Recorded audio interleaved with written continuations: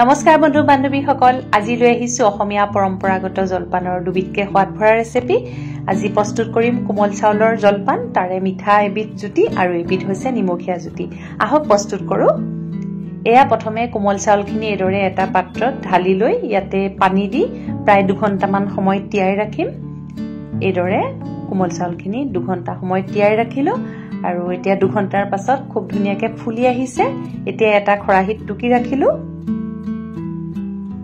এয়া এতিয়া জলপানখিনি আমি এদৰে পৰিবেশন কৰিম তাৰ কাৰণে দৈ ললো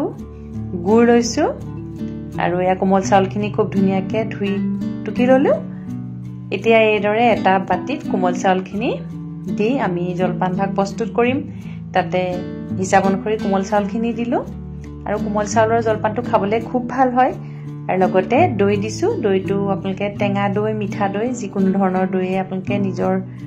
ভাল লগা ধৰণে খাব পাৰে আৰু লগতে গুড় দিলো এতিয়া এয়া কোমল চাউলৰ মিঠা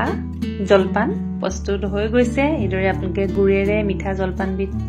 নিশ্চয় সকলোৱে খায় আৰু জলপান আমাৰ সকলোৰে প্ৰিয় বৰা চাউলৰ জলপানেই হওক বা এদৰে কোমল চাউলৰ জলপানেই হওক খুব ভাল লাগে খায় যেহেতু সকলোৱে মিঠা খায় আজি সেই ভাবিছো অকনমান নিমখীয়া জুতিৰো আপোনাক দেখাও তেতিয়াহলে আহক এয়া নিমখীয়া জুতিৰে জলপান বিধ প্ৰস্তুত কৰিবলৈ কোমল চাউল এদৰে এটা বাটিত মই লৈ লৈছো হিচাপ অনুসৰি ললো আৰু লগতে জলকীয়া এদৰে কাটি দিলো অকনমান আদা কাটি দিছো আদা কাটি দিলে খুব ভাল লাগে খাই আৰু লগতে কাবুলি বুট দিছো কেঁচাকেও দিব পাৰে মই কিন্তু কাবুলি বুটকিটা অকনমান বইল কৰি দিছো আৰু হিচাপ অনুসৰি নিমখ দিলো আৰু লগতে মিঠাতেল দিছো মিঠাতেল দিলে খুব ভাল লাগে আৰু এদৰে আপোনালোকে ভালদৰে হানি কোমল চাউলৰ নিমখীয়া জুতি জলপান বিধু জুতি লৈ চাব খুব ভাল লাগে খাই